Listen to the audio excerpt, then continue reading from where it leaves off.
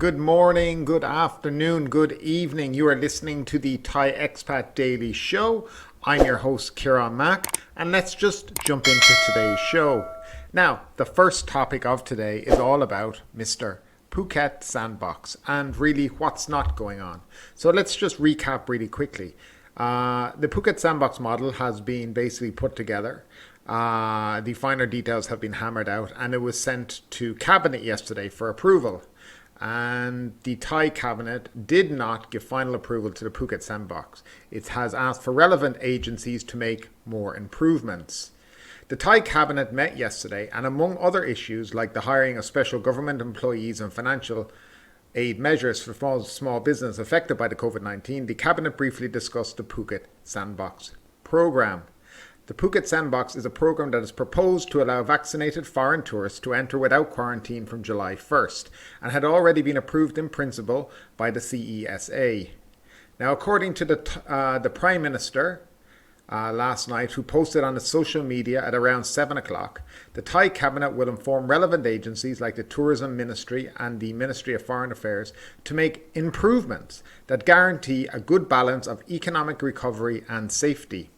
The program is not cancelled or officially postponed at this moment, only that the Cabinet will return to the matter in the very near future and is not officially rubber stamped yet to go to the Royal Gazette.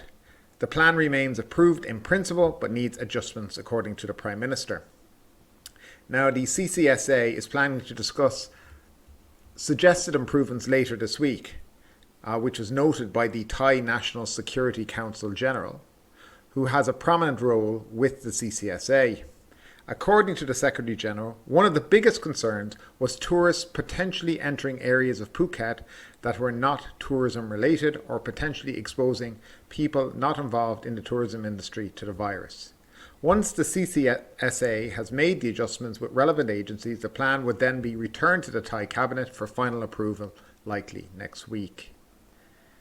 So, I actually had what I thought was the final PDF version of the Phuket Sandbox model. I had a video made and I had it scheduled to release this morning at 6 a.m.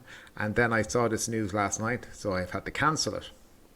So what seems to be going on was, or what they thought was going to happen was it was going to go to the Cabinet yesterday and they were going to rubber stamp it, boom, and then 3 days and it would be in the Royal Gazette and then it would be official. But that's not what happened because, like everything in Thailand, nobody can ever follow the script. So basically what has happened is now is the Prime Minister is thinking that it's not safe enough. Actually, when I heard it originally, I thought maybe they were going to reduce the 14 days back to 7.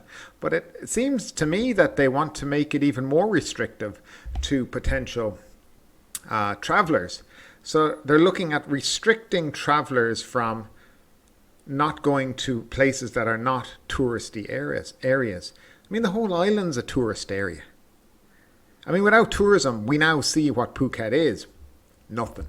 So I don't really get what they're up to. Now, it brings me back to a video I did a few weeks ago where I discussed the idea of them making these kind of special zones where travellers could only go. Now, to me, what the Prime Minister said and what they've said in this Cabinet meeting sounds like, to me, that's what they want to do, is just have specific zones for travellers to be able to visit within Phuket. I don't understand it. I think they're doing their best to ensure that people don't travel next month. But even with the July 1st opening, look at it like this. The Cabinet only meets every Tuesday. So this proposal can only be brought back to Cabinet next Tuesday. Now, if they agree to it, then it'll be 3 days before it'll go back into the Royal Gazette to be published, and then that officially becomes law. So the earliest we're looking at this being approved now is June 18th, which is a Friday, June 18th. So to be honest with you, I just don't see. How can you be expecting people to travel on July 1 when you haven't even approved it by June 18th? It seems to me they don't want people to come because they seem to be doing as much as they can to put people off traveling. Now, for me, if I was a potential traveler, as I said before, right now I'd just be going, nah, these guys are being overly cautious. I mean, can you imagine being on your holidays and you get COVID or something? Or there's an outbreak on the island, you know?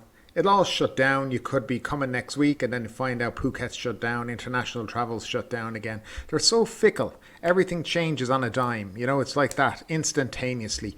You know, you can go 1 minute from 1 minute to nearly being approved to another, not quite knowing what exactly they're up to.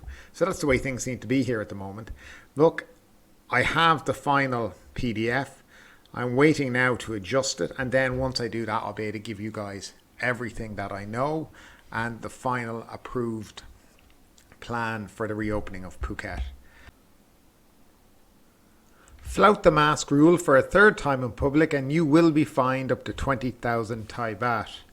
People who do not wear masks in public may face up to 20,000 baht fine if they are caught breaking the rule for the third time, according to an announcement by the National Communicable Disease Committee published in the Royal Gazette. The move aims to ensure all people wear face masks in public to reduce the risk of contracting COVID-19.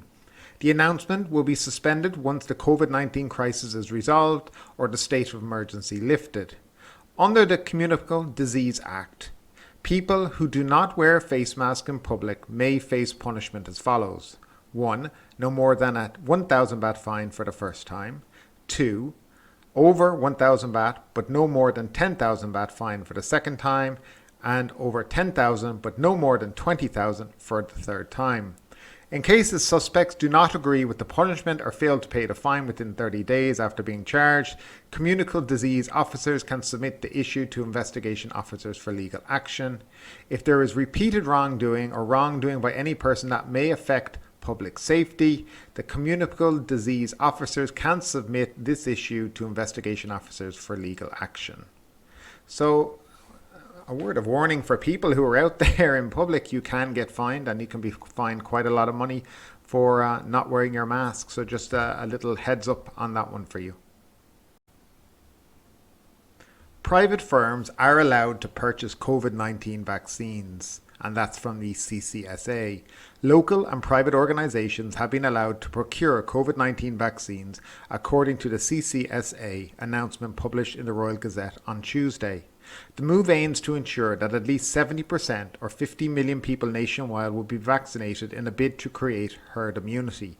Under COVID-19 vaccine management guidelines, local and private organizations can procure vaccines from government agencies such as the Department of Disease Control, the Government Pharmaceutical Organization, the National Vaccine Institute, the Thai Red Cross Society and the Chillabhorn Royal Academy. However, the procurement must be in line with laws and guidelines issued by the CCSA, the Prime Minister, provincial governors or provincial communicable disease committees. Meanwhile, both governments and private agencies are required to cooperate on data sharing via the More Prom Doctors Ready application to ensure people's safety and data management efficacy. So this is in relation to vaccines now that can be imported for private sale at a private hospital. So the big one they're talking about is the Moderna vaccine, which they may have by October, maybe before that. There's an order going to be placed for 10 million doses, so that should be enough for 5 million people. And the cost will be, I think it's 3,800 baht for 2 doses, which is what you need. So this will allow private hospitals to sell it and procure it. So that's a good thing for a lot of people, because some people don't want to take Sinovac or AstraZeneca, and they would like to take an mRNA vaccine rather than these other ones. It also opens the door for the Chillabhorn Royal Academy to import the Sinopharm vaccine, which it plans to bring in the next 2 weeks. They're going to be selling that to private organizations at 888 Thai baht per shot. Of course, 2 shots as well necessary for that. So obviously it's more vaccines, which is, you know, more light at the end of the tunnel for this country.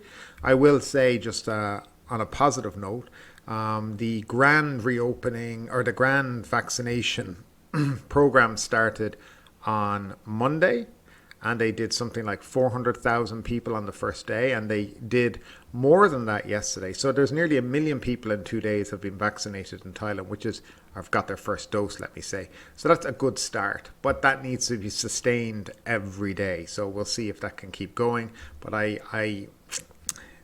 have in the back of my head that there probably will be a problem with vaccine distribution very soon as well, or actually having any vaccines at all. So we'll see how it goes. But from the private point of view, from foreigners who are stuck in Thailand who seemingly they can't register anywhere, at least they might have an opportunity to actually buy a vaccine at a private hospital and get it done there. So that's a definitely light at the end of the tunnel for many expats in the country. Thanks for tuning in today. If you enjoyed today's episode, don't forget to subscribe and don't forget to leave us a 5-star rating. We are available on YouTube, Apple Podcasts, Spotify, and wherever you like to listen to your podcasts. Thanks for tuning in, and we'll see you tomorrow.